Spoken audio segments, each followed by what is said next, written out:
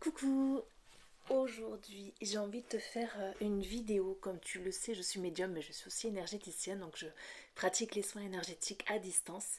Et en fait, sur Instagram, il y a quelques temps de ça, j'ai partagé une petite story en demandant voilà, si tu as des questions à me poser sur mon métier, les choses comme ça, mon parcours et tout, n'hésite pas. Et donc j'ai reçu plusieurs questions. Et donc là, je vais faire une vidéo qui, je pense, va être assez longue, mais qui au moins va venir voilà, t'expliquer, te montrer mon évolution, du coup, tout mon parcours dans le domaine de l'énergétique et en tant qu'énergéticienne, du coup, à mon compte. Alors, il y a quelques années de ça, quand j'habitais sur Bordeaux, je pense que c'était il y a une dizaine d'années, quelque chose comme ça, par pure curiosité, en fait, je me baladais en ville et je vois une plaque sur un mur énergéticienne et tout. Je me dis, mais qu'est-ce que c'est ça? Puis tu sais, sur Insta, je tombais sur vachement de trucs comme ça. Et je me dis, bah attends, moi je suis gave et curieuse et je me dis, bah je vais tester. De toute façon, j'ai rien à perdre à part 60 balles. Donc, bon, je vais découvrir ça. Sur internet, ça a l'air pas mal, il y a plein de trucs qui retombent. Et à la base, j'avais pas de douleur particulière ni rien, mais j'y suis allée vraiment pour voir un peu en mode scientifique, pour tester si ça apportait vraiment quelque chose ou si on ressentait vraiment des choses particulières. Et donc c'était un petit cabinet sur Bordeaux, une dame qui tenait ça. Et donc elle me fait allonger, elle me fait son truc avec ses mains et tout. Et en fait, ce qui me surprend, c'est que à ce moment-là, euh, moi c'est pas que j'y crois ou que j'y crois pas, je suis vraiment là pour découvrir, donc j'ai un petit temps d'échange avec elle, après je m'allonge. Et donc pendant le soin, en fait, c'est-à-dire qu'elle ne me touche pas. En fait, les mains touchent pas mon corps et je sens des grands frissons froids et des grands frissons chauds qui parcourent mon corps. Et il y a ce côté où tu te dis, ouais, bon, ça peut être psychologique, mais c'est quand même intriguant, tu vois, de ressentir des choses alors que la personne te touche pas vraiment, tu vois. Et donc après ça, j'ai pas senti sincèrement d'effet particulier, j'ai rien senti de particulier après ce premier rendez-vous, en fait, même sur ma manière de penser, réfléchir ou autre, enfin, les douleurs physiques ou autre. Rien, il y a eu aucune répercussion ni rien, aucun changement particulier. En tout cas, qui se sont manifestés de manière visible, concrète. Et donc, du coup, je suis pas retournée. Et quelques années plus tard, j'ai fait une retraite pour les personnes hypersensibles dans le Gard. Et c'était une retraite qui était organisée par deux femmes. Et j'avais vraiment besoin, j'étais dans une étape de ma vie en fait où voilà, il m'est arrivé beaucoup de choses et j'avais juste besoin de me retrouver parce que j'avais développé de l'anxiété sociale et en fait c'était un truc que je refusais chez moi. En fait, je refusais de vivre avec cette anxiété-là que j'essayais de combattre au quotidien et je me suis dit pour dépasser ton anxiété, ce qui pourrait être hyper intéressant et challengeant, c'est partir en voyage toute seule. À la base, je regardais sur Bali les retraites, les choses comme ça. Et en fait, sur Insta, je suis tombée, mais vraiment au hasard des publications Insta, sur deux personnes du coup qui proposaient une retraite dans le Gard. Donc pour le coup, c'était en France, c'était plus rapide. Le fait de prendre le train dans une ville que je connaissais pas, c'était quand même hyper challengeant. Mais je me suis dit, vas-y, let's go. Va là-bas, il y a trop de trucs, va là-bas. Et donc, j'ai reçu là-bas, au-delà des séances de yoga, de tous les petits rituels de travail sur soi, méditation et tout, un soin énergétique. Et là, ça a été complètement différent, mais même l'approche de la personne était vraiment, mais complètement différente en fait. C'était un peu lunaire pour moi parce qu'elle abordait voilà, des thèmes un peu particuliers, genre elle me dit, il y a ton ange gardien qui est là, je le mets au bout de la table, il est là avec toi et tout, t'inquiète pas et tout. J'étais là, ok, bon, ok, c'est chelou, où est-ce que je suis? Mais en même temps, le cadre, il était oufissime. J'étais au milieu de rien. En fait, c'était la retraite, elle avait lieu dans un gîte. Et en fait, ce gîte, ils avaient un terrain de camping, mais ils s'en servaient pas, en fait. Et du coup, c'était hyper agréable, hyper calme. Et elle avait placé sa table sous un arbre. Et donc, il y avait personne. C'est-à-dire qu'on était au milieu de nulle part. T'avais les cigales et tout, mais genre... Tu vois, je passe de Bordeaux Centre à ce cadre juste dans la nature. Et en vrai, avec le recul, mais c'était genre oufissime. Même sur le moment et tout. Et l'approche qu'elle a eue était complètement différente. Et en fait, à la fin de ce soin, elle, par contre, elle m'a délivré plein de messages différents. Et du coup, quand je suis rentrée sur Bordeaux, après, j'avais une vision vraiment complètement différente. C'est vraiment, en fait, toute la retraite, j'avais cette sensation que ça m'avait transformée. Mais je savais pas à quel point, en réalité. Et donc là, par contre, j'ai pu, sur le long terme, en fait, me rendre compte que ce soin-là avait vraiment réveillé quelque chose. Et en fait, toute la dynamique de la retraite avait réveillé quelque chose chez moi. Et quelques temps après, du coup, j'ai continué, là, pour le coup, à me documenter sur les soins énergétiques, à écouter, même sur YouTube, des soins énergétiques, des méditations guidées, des guidances, des choses comme ça, un peu pour... parce que ça m'inspirait et ça m'appelait, en fait, et je voulais toujours en savoir plus, en apprendre plus. Donc du coup, en fait, par les méditations guidées et tout ça, et les soins énergétiques, j'ai découvert les chakras. Et pareil, c'est un truc où je me suis dit, waouh, ok, en fait, je pars d'un soin énergétique, mais au final, ça vient réveiller un truc de ouf où je me dis, bah attends, en fait, ça m'intrigue gavé. Tous ces trucs-là, c'est hyper intéressant. Et pareil, je voulais en savoir plus. C'est comme avec la cartomancie, en fait, j'avais ce besoin d'apprentissage. J'avais ce besoin de tout comprendre, de tout saisir, mais en mode un peu scientifique. Je voulais expérimenter les choses. Et donc en fait j'ai déjà fait une première vidéo sur YouTube qui est comment suis-je devenu médium où j'aborde un tout petit peu du coup cet aspect des soins énergétiques que j'ai pu expérimenter et après mettre en pratique. Mais là je vais t'en parler un peu plus longuement avec un petit peu plus de détails et plus tranquillement disons. Donc comme je te disais, quand je suis rentrée chez moi, en fait j'ai commencé à un peu plus m'intéresser aux soins énergétiques. J'avais pas fait moi de formation. Dans les premiers temps en tout cas, j'avais cette trop de curiosité qui faisait que voilà, je voulais tout apprendre toute seule. Et donc en fait, j'ai développé d'abord les soins énergétiques et après, je suis allée faire mon premier degré Reiki. Je me suis arrêtée au premier degré parce que je sentais que j'avais besoin que de ça. De rajouter en fait des connaissances à toutes les choses que j'ai expérimentées, mais aussi d'être entourée de personnes qui expérimentent les mêmes choses que moi pour voir à quel point c'était crédible. Voilà, c'est vraiment ça le mot. Parce que je me disais, ok, je vois des choses, j'expérimente des choses, mais il y a quand même ce côté un peu perché où on se dit, ça se trouve, je suis juste dans ma bulle, je suis juste dans mes délires et tout, et en fait, c'est juste de la folie, quoi. Je rentre dans un truc où, en fait, je suis juste une déglingo, quoi. Et donc, j'ai eu besoin. Et en fait, j'ai été vraiment attirée, poussée vers cette formation Reiki, en fait. Les synchronicités de la vie ont fait que je suis tombée au bon endroit au bon moment pour faire cette formation. Et en fait, en étant là-bas, j'ai pu constater que en fait, j'avais des visions, des flashs qui n'étaient pas que miens. Et en fait, comme je dis dans l'autre vidéo, je sais que c'était pas juste un effet de groupe parce que, genre, moi, dans ma manière d'expérimenter les choses, je vais garder le silence. En fait, je vais parler de certaines choses aux gens qui sont proches de moi et après, je vais entrecouper les infos en ne disant rien et voir ce que les autres personnes qui ne me connaissent pas disent. Et donc, en fait, c'est ce qui s'est passé pendant cette formation Reiki. En fait, je percevais des choses, des trucs comme ça pendant les ateliers.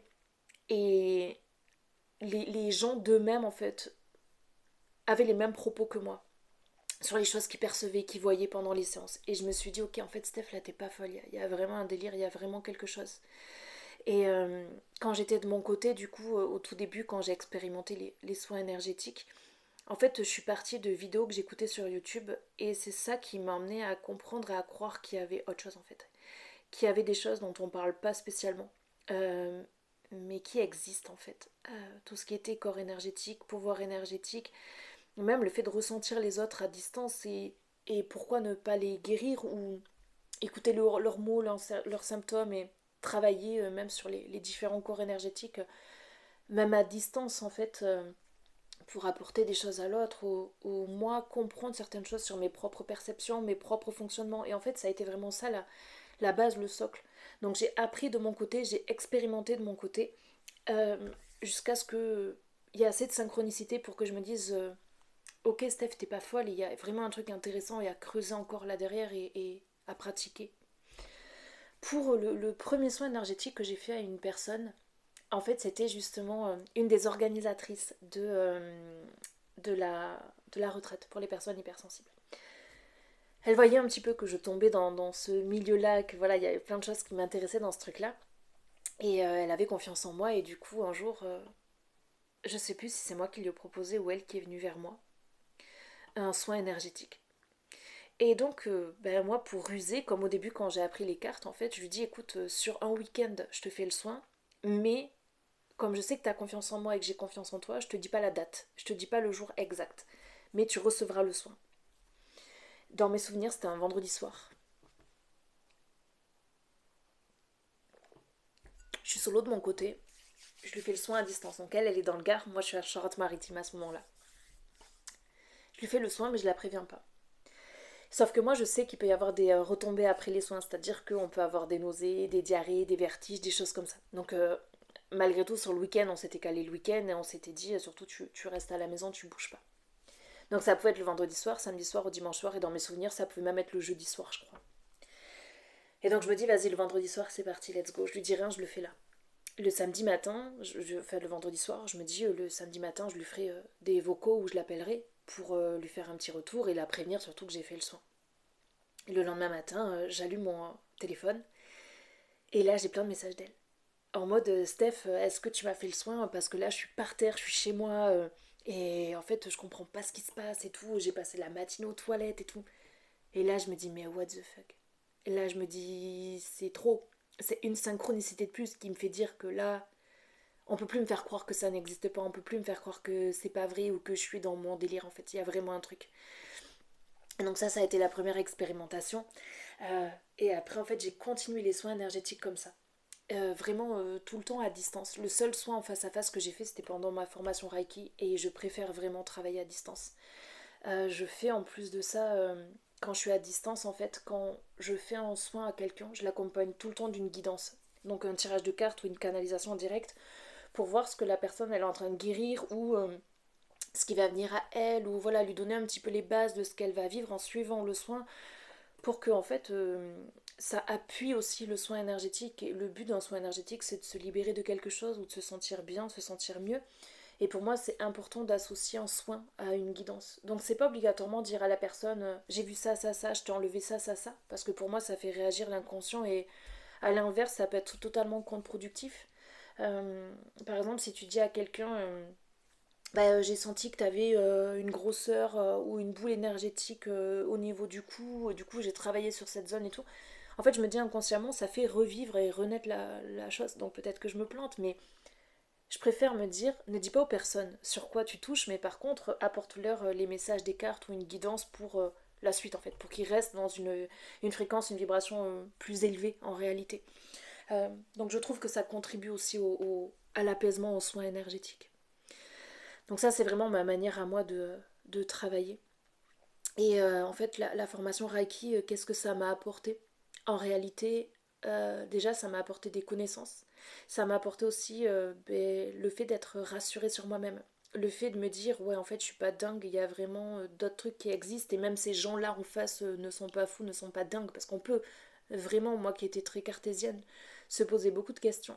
Et surtout qu'on voit à chaque fois tous ces mouvements sectaires et tout. Et j'avais vraiment envie d'être infiltrée pour voir les choses et les comprendre.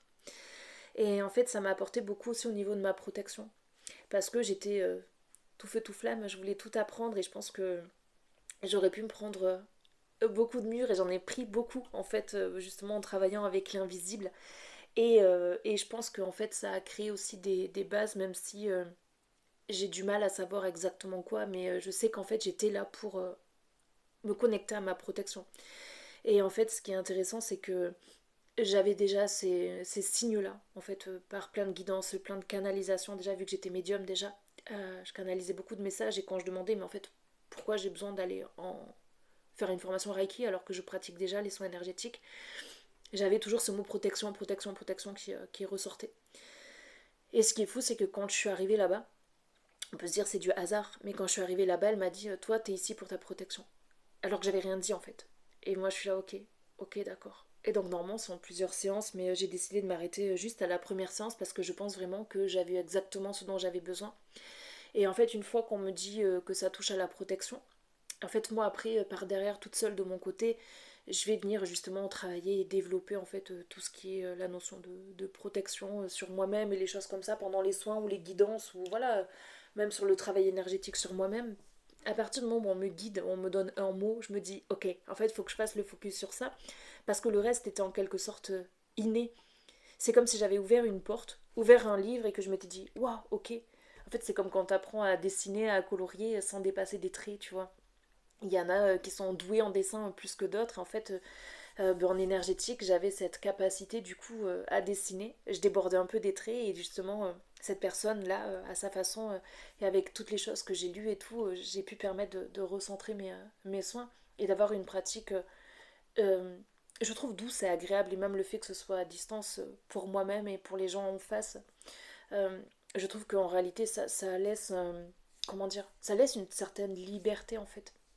Il y a des personnes qui ont besoin ou qui aiment être vraiment en contact avec les personnes. Moi, c'est tout l'inverse. Je trouve que je travaille beaucoup mieux, même pour les tirages de cartes, quand je suis à distance, en fait. Je suis plus précise, je suis plus soignée dans mon travail, je peux être beaucoup plus concentrée aussi, et du coup, viser exactement les petits trucs dont la personne a besoin.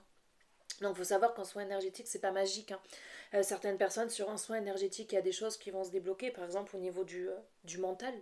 Ça peut être parfois des schémas répétitifs, des pensées récurrentes, voilà, des insomnies parce qu'on pense beaucoup aux problématiques de la vie et parfois un soin énergétique peut libérer et faire beaucoup de bien, en plus quand il y a l'accompagnement de la guidance qui est compris. Mais parfois pour d'autres personnes, ça peut être utile de faire plusieurs soins sur une année, mais je préconise jamais plus de 6 soins par an, jamais. Parce qu'en fait, dites-vous que votre corps, il a besoin de temps pour intégrer les soins. Et à chaque fois pour les soins énergétiques, moi je conseille aux gens d'attendre 3 mois entre chaque soin, que en fait le corps il ait le temps de digérer le soin quoi. Je pense que c'est hyper important et en fait ça peut même desservir quand on fait trop de soins énergétiques, où on se dit je fais ça pour mon bien. En réalité ça peut complètement épuiser le corps parce que euh, quand on vient travailler du coup réaligner les corps énergétiques, les purifier ou réactiver certaines choses, malgré tout, ça vient chambouler le réel. Et ça peut paraître fou, mais c'est réel en fait. Il y a vraiment quelque chose qui se passe. Donc parfois on ne le perçoit pas de suite, mais ça peut même être émotionnel. Ça peut faire ressortir un sentiment d'injustice très fort, un sentiment d'insécurité, beaucoup de colère, parfois beaucoup de tristesse. Ça peut même rendre malade en soins énergétiques. Ça peut en fait rendre complètement fatigué. C'est pour ça que moi je préconise vraiment de prendre le temps, même après un soin énergétique, de penser à boire beaucoup d'eau, mais aussi à juste kiffer la vie, à recommencer, voilà, à re-rentrer dans un cycle où en fait ça facilite aussi la montée vibratoire et le fait de se sentir mieux. Ça apporte aussi, voilà, au niveau du soin, une sorte de petit complément quand on peut travailler sur le mental déjà dès le départ. Ça vient aider en fait à purifier le corps. Donc je conseille vraiment d'attendre 3 à 6 mois selon les soins qu'on reçoit, selon la puissance du soin qu'on reçoit. Par exemple, si c'est un soin quantique, sincèrement, 2 par an, c'est largement suffisant. Après, par contre, quand c'est des nettoyages de chakras ou des alignements de corps énergétiques ou même de la lecture en fait quantique, des choses comme ça, euh, quand on vient purifier certains corps, là, une fois tous les 3 mois, c'est largement suffisant. Mais après, pour des choses beaucoup plus puissantes, même des rappels d'âme, des choses comme ça, là, vraiment, laissez-vous le temps. Prenez soin de vous, en fait, c'est la base de la demande, quoi. Donc, intégrer ça, c'est important, ces notions de délai. Et comment je le sais? Parce que je l'ai expérimenté moi-même. J'ai vu que les soins énergétiques me rendaient très fatiguée et après me permettaient de remonter la pente et de voir les choses complètement différemment. Mais et par les canalisations que je reçois aussi. Mais c'est vrai que sur les soins énergétiques, il y a vraiment cette notion. Moi, je sais que la plupart du temps, c'est de la fatigue ou une grande tristesse, genre une grande épuration du coup, qui me traverse.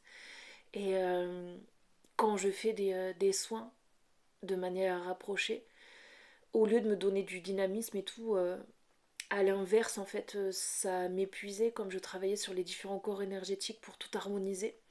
Et donc c'est comme ça que j'ai compris aussi qu'il fallait 3 à 6 mois entre chaque soin. Et parce que je suis allée interroger mes guides, parce que pour moi c'était pas normal que je sois encore plus fatiguée ou que je sois encore plus triste après un soin.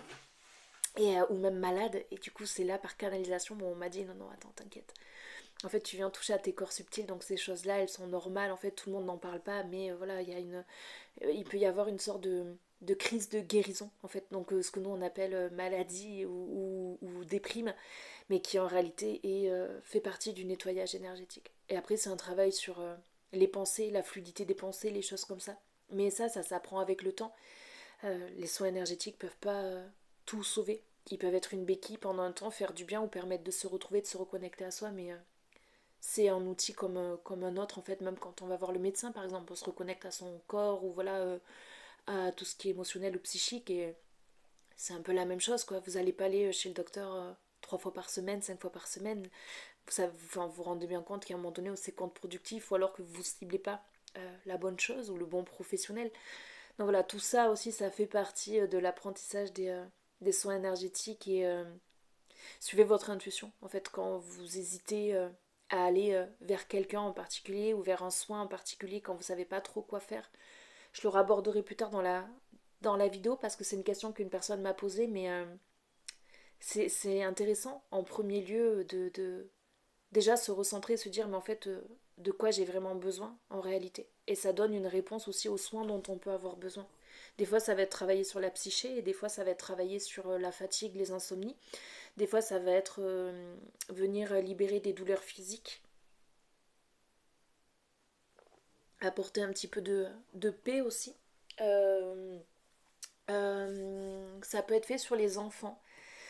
Mais moi j'ai vraiment besoin de vérifier avant avec le pendule parce que des fois quand des personnes viennent me voir pour des enfants, en réalité c'est elles ou leur lieu de vie qui a besoin d'un rééquilibrage ou j'ai besoin de faire passer un message du coup pour que les personnes comprennent en fait la vraie problématique ou où mettre le doigt, sur quoi mettre le doigt. Donc un soin énergétique en soi ça touche à beaucoup de choses, à plusieurs choses. Donc voilà, n'hésitez pas quand vous vous dirigez vers une professionnelle ou même pour faire une formation à vraiment vous renseigner avant, à poser des questions ou à vous documenter, voir un petit peu qui est la personne, est-ce que voilà c'est une professionnelle, est-ce qu'il n'y a pas des arnaques derrière.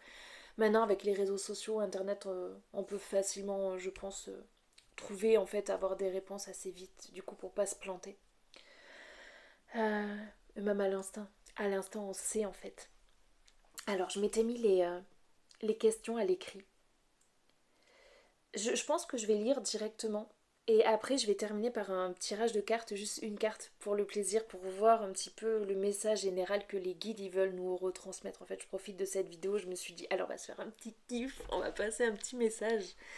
Alors, ah oui, la première question que j'ai eue, le premier message que j'ai eu sur Insta, du coup, c'était, certains pensent qu'il ne faut pas se faire payer parce que c'est un don. En fait, il y a des personnes qui me disent, mais moi je comprends pas comment des personnes elles prennent 100 euros pour un soin énergétique ou 150 euros. Pourquoi il y en a d'autres qui se font pas payer alors que en fait c'est un don.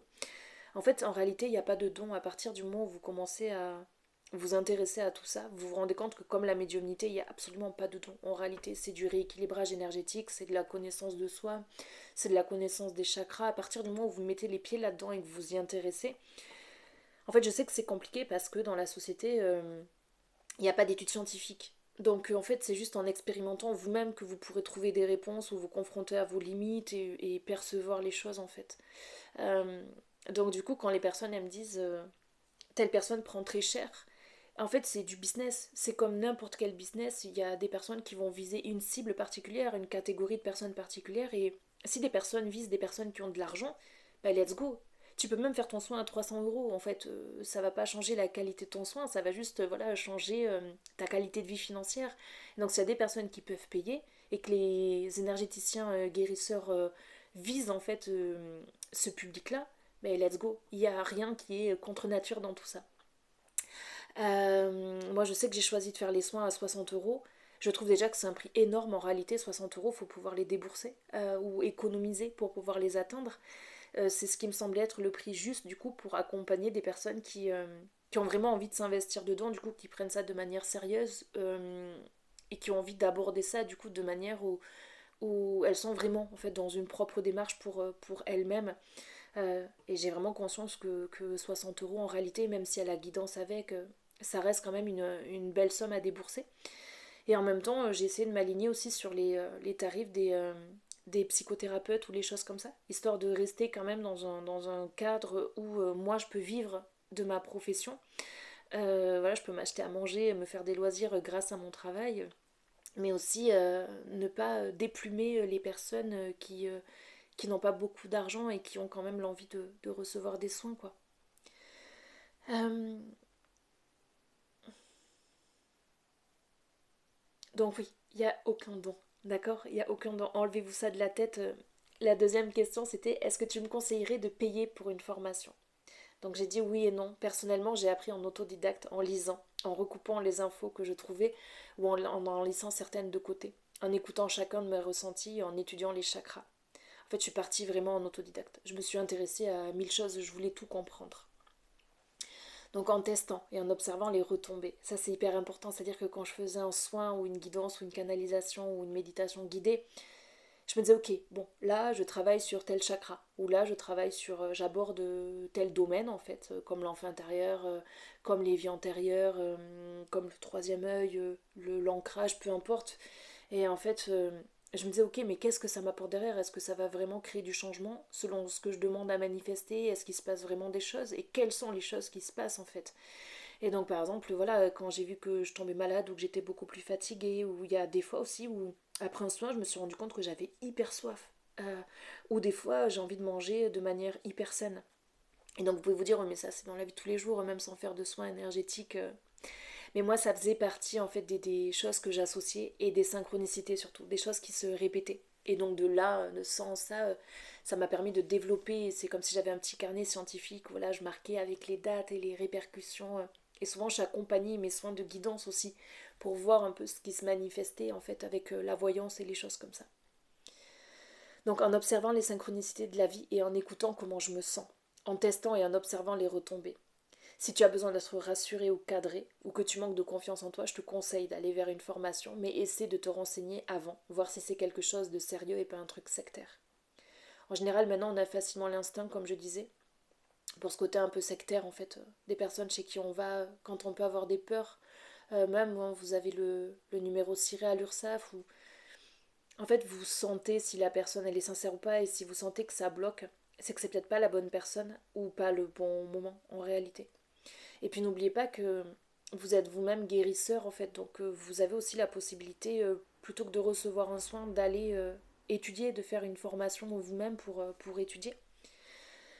Euh, et pour rejoindre ça, du coup, j'ai une question d'une abonnée sur Insta qui me disait je me demande par quoi commencer. Donc en tant que soin à étudier, donc pour une formation du coup, ou en tant que soin à recevoir par une énergéticienne en fait. Donc je lui ai marqué que tu vas y apprendre les soins ou recevoir un soin déjà, fais confiance à ton intuition. Ça paraît un peu banal de dire ça, mais c'est réel instinctivement, tu sauras de quoi tu as besoin ou pas. Concernant les soins énergétiques que l'on reçoit par des énergéticiens, normalement, la personne, elle saura naturellement vers quoi te diriger si toi, tu ne sais pas vraiment de quoi tu aurais besoin. C'est un peu comme quand tu vas chez le médecin, tu demandes un rendez-vous sans trop savoir ce que tu as, mais tu reconnais les symptômes. En fait, tu sais ce que tu as. Tu sais pas le guérir, t'as pas la technique pour approcher exactement, mais en fait tu connais déjà les symptômes. Et donc c'est comme ça aussi que tu peux aborder les soins énergétiques. C'est comme ça aussi que tu peux aborder le fait de te dire est-ce que j'ai besoin d'apprendre ou est-ce que j'ai besoin d'être guéri avant. Parce que malgré tout, ça va venir ouvrir des portes en fait au niveau de l'inconscient. Et parfois, ben, en fait en réalité, comme moi je l'ai fait, j'ai eu besoin d'avoir 2 soins énergétiques ou 3 soins énergétiques avant moi de pouvoir comme si je pouvais activer les soins en fait, ou voilà, moi-même les distribuer, j'avais besoin de prendre confiance en moi et de découvrir avant par la réception et pas la pratique en fait. Donc sur ça, écoute-toi vraiment. Donc j'ai là c'est la même chose, un ou une professionnelle saura quoi te conseiller. Fais juste attention à l'aspect financier, payer cher ou pas cher n'est pas gage de qualité. Quand on parle de soins énergétiques aussi, on parle des différents corps. Tu as peut-être entendu parler de ça. Donc tu peux trouver beaucoup de choses sur Internet ou dans des livres. J'ai décidé moi de recentrer les choses pour que tu puisses un petit peu voilà, comprendre ou avoir connaissance des différents corps qu'on a et savoir sur quoi les soins énergétiques ils peuvent venir travailler.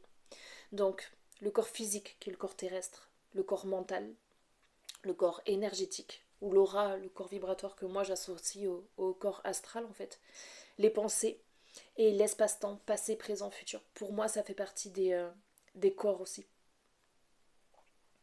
Donc n'hésite pas à te documenter sur les différents corps qui nous composent. Ça peut être intéressant aussi pour te permettre de découvrir les soins énergétiques ou de t'aborder différemment. Je pense que ça peut être utile parfois d'avoir commencer peut-être par cette vision-là et voir aussi si ça t'intéresse ou pas, si ça peut amener à d'autres choses. Et puis après, si tu sens que tu as besoin de faire une formation ou un soin, ben écoute ton intuition, fais-toi vraiment confiance. Hein. Si tu sens qu'il y a un truc qui bloque chez quelqu'un, ou voilà, comme je te disais, fais au feeling, fais au feeling. Et puis si tu as des doutes sur quel soin recevoir, retourne-toi vers une guérisseuse énergéticienne en fait et pose des questions. À l'instinct, normalement, la personne, elle sait de quoi tu as besoin, quoi. Et les énergéticiennes canalisent aussi la plupart du temps des messages, quoi. Donc, je trouve que c'est comment dire, c'est une façon d'aborder la guérison d'une manière différente. Et par contre, tu vois, imaginons par exemple que tu as une douleur à répétition, imaginons en bas du dos ou à la hanche, tu vois, qui revient, ou même en haut du dos. Et tu vas voir un énergéticien et tu te dis putain, mais en fait ça passe pas, elle me fait ces trucs, mais rien ne change. N'hésite pas à aller voir un vrai médecin aussi. Parce que parfois, en fait, si c'est un déséquilibre de ton corps physique, comme un nerf qui est pincé, bloqué, ou une jambe qui est plus courte que l'autre, ou voilà, même des problèmes de vue, un soin énergétique, il pourra rien faire, quoi. Et j'entends souvent, je pense qu'on a tous entendu ces dangers là des personnes qui disent les soins énergétiques peuvent soigner les cancers. Avec le recul, je prends des pincettes. Avec le recul, je pense que les soins énergétiques, accompagnés d'une guidance en fait, peuvent permettre de mettre le doigt effectivement sur des schémas répétitifs ou des personnes qui se rendent malades toutes seules en réalité de manière psychosomatique en fait. Et donc un soin, une guidance peut venir mettre le doigt sur quelque chose que du coup la personne peut venir travailler en fait. Ça permet aussi d'éveiller quelque chose qu'on peut éveiller en psychothérapie par exemple. Mais d'une manière très douce en réalité. Euh, mais après pour tout ce qui est cancer et tout ça, quand on connaît le lien des maladies en fait qui se déclenchent par en fait, les schémas répétitifs ou les choses qu'on ne guérit pas, les choses qu'on somatise en réalité, bah, c'est intéressant voilà, faire comme un petit soin une fois par an. Voilà, un petit truc un peu préventif, un petit check. On fait un petit check chez le médecin, prise de sang, voir si tout est ok et tout, et on peut se faire voilà une fois par an un petit check, voilà un petit nettoyage énergétique. En réalité, ça peut redonner que du boost. En réalité, voilà un petit truc en plus positif. Donc ça peut être une routine intéressante à mettre en place, je trouve. Donc je le répète, hein, un soin énergétique, sincèrement, pas plus d'une fois tous les 3 mois. Ou pas plus d'une fois tous les 6 mois. Vous le saurez. Au pire, vous demandez à la personne qui vous accompagne. Elle aussi, elle saura vous le dire, quoi. Si vous êtes enceinte, est-ce que vous pouvez faire des soins énergétiques? Ça dépend de chaque personne. Quand vous avez de l'arthrose, des choses comme ça, est-ce qu'un soin énergétique peut être utile? Oui, mais en fait, ça va venir débloquer, travailler sur d'autres choses. C'est-à-dire que par exemple, vous avez de l'arthrose, vous allez voir une énergéticienne, un énergéticien pour guérir de l'arthrose. En réalité, la personne, il y a de fortes chances pour qu'elle vienne travailler sur votre chakra racine et qu'en fait, ça vienne rééquilibrer votre vie de tous les jours, en fait. Donc, l'entorse ou l'arthrose ou même des blessures au poignet ou des blessures à la nuque un peu rigide et tout. Souvent, ça confronte en fait à des événements de vie ou des guérisons qui n'ont pas été effectuées psychiques, en fait. Et du coup, ben, ça vient pas guérir l'arthrose, mais ça vient permettre à la personne de voir la vie différemment ou les choses différemment et sur le long terme s'apporter du bien-être ou apporter des changements dans la vie de tous les jours. Ça, l'énergéticien, par contre, il a le pouvoir de mettre le doigt en profondeur et de voir en fait, non pas à quoi il est l'arthrose, mais à voir les autres choses du en fait pourquoi cette personne est venue vers moi sous prétexte de l'arthrose et ok d'un besoin de guérison. Est-ce que c'est vraiment un mot physique ou un mal physique ou est-ce qu'il y a un petit truc au niveau de l'âme, au niveau du psychique à aller toucher derrière et voilà, libérer ou donner des conseils à la personne par rapport à ça. Donc on voit que les soins énergétiques en réalité ça touche à beaucoup de choses. Euh, la notion de guidance et de conseiller les gens, je pense qu'il y a de plus en plus d'énergéticiennes, d'énergéticiens qui mettent ça en place, qui font pas juste leurs soins et basta, Inch'Allah, tu verras ce qui se passe. Je pense qu'il y a de plus en plus de personnes aussi qui s'ouvrent aux guidances et à la guérison de l'âme et donc voilà, n'hésitez pas à vous renseigner en fait sur les personnes et dès que vous sentez que vous êtes en confiance et que vous avez confiance à la personne, retranchez peut-être différents avis et puis let's go quoi. Pareil pour les formations. Je pense avoir tout abordé sur mon parcours perso, sur les questions aussi que j'ai eues du coup sur Insta. Euh, donc voilà, comme je dis parfois sur des maladies plus poussées, effectivement les soins énergétiques peuvent faire du bien, mais parfois il y a besoin voilà, de plusieurs séances. Donc n'hésitez pas à voir aussi avec la personne s'il y a une possibilité d'étaler le paiement. Hein. Selon les personnes, c'est quand même un métier de base où on est dans le cœur en fait. Alors on n'est pas dans la surgénérosité parce qu'on n'est pas là pour se tirer une balle dans le pied, on a besoin de vivre comme tout le monde, mais En fait, il y a des personnes qui sont compréhensives et qui acceptent en fait d'étaler aussi un petit peu les paiements, voilà, quand il y a besoin de plusieurs soins ou quand voilà, il y a un truc qui est assez puissant. Je pense avoir tout soulevé. Pour le kiff final, on va aller se faire un petit plaisir, voir le message général pour les personnes qui s'inquiètent un petit peu de manière générale en fait. Là, l'énergie dans laquelle on était au travers de cette vidéo, c'est l'énergie de la prêtresse. Donc il y a vraiment la notion de troisième œil coronal. Comment êtes-vous appelé à vous élever et à révéler votre leadership? Donc là, c'est en passant par les soins énergétiques ou par les guidances. Et donc, l'autre message qu'on avait besoin d'entendre, c'est Imrama. Où êtes-vous appelé à voyager? Donc c'est intéressant parce que ça rejoint quand même là. Alors ça me fait vraiment penser au temple des annales akashiques, les choses comme ça. Un peu les mondes invisibles, les trucs d'inconscient et tout. Je vais regarder. Alors en fait, Imrama, je suppose que c'est une famille karmique en fait, à laquelle tu appartiens. Ou à laquelle se connectent certains soins énergétiques en fait. Donc on va voir le message de la carte directement du coup que les guides veulent nous faire passer. Le mot celtique Imrama signifie voyage de l'âme. Un voyage dont nous ne connaissons pas la destination, mais dont notre âme connaît le chemin. Si vous avez tiré cette carte, c'est que vous avez déjà été appelé à effectuer un voyage de l'âme et que vous êtes sur le point d'en faire un. Il pourrait s'agir d'un lieu matériel et ancestral ou d'un lieu métaphorique. Lorsque nous nous déplaçons vers des lieux dont notre âme se souvient, un changement se produit, à la fois en nous et envers la planète. Vous êtes appelé à voyager dans un endroit sacré pour votre âme. On me dit c'est ton cœur, l'endroit sacré. Peut-être est-il question d'aller visiter les sites sacrés du monde ou de traverser le pays, de grimper sur une montagne, de vous allonger sur le sable d'un désert ou de boire de l'eau puisée d'un ancien puits. Il existe tant d'endroits à voir et tant de vieux amis à rencontrer. Je vois des pèlerinages spontanés se manifester dans votre futur. Si un voyage physique n'est pas possible, voyagez à travers le portail de votre cœur. Suivez le sentier invisible de l'âme et soyez prêts à l'explorer. Cela peut être aussi le fait de lire un livre ou de regarder un film sur un lieu ou une époque sacrée. Ou peut-être êtes-vous appelé à étudier une ancienne lignée ou à réaliser un travail communautaire ou associatif. Quelles que soient les circonstances qui se présentent, votre âme est prête à entreprendre un voyage important. Je m'arrête là. Je vous remercie d'avoir écouté cette guidance. J'espère vous avoir apporté ce dont vous aviez besoin, avoir répondu aux questions que vous vous posez. Et puis, comme d'hab, je vous dis à tout vite sur Chat Perché.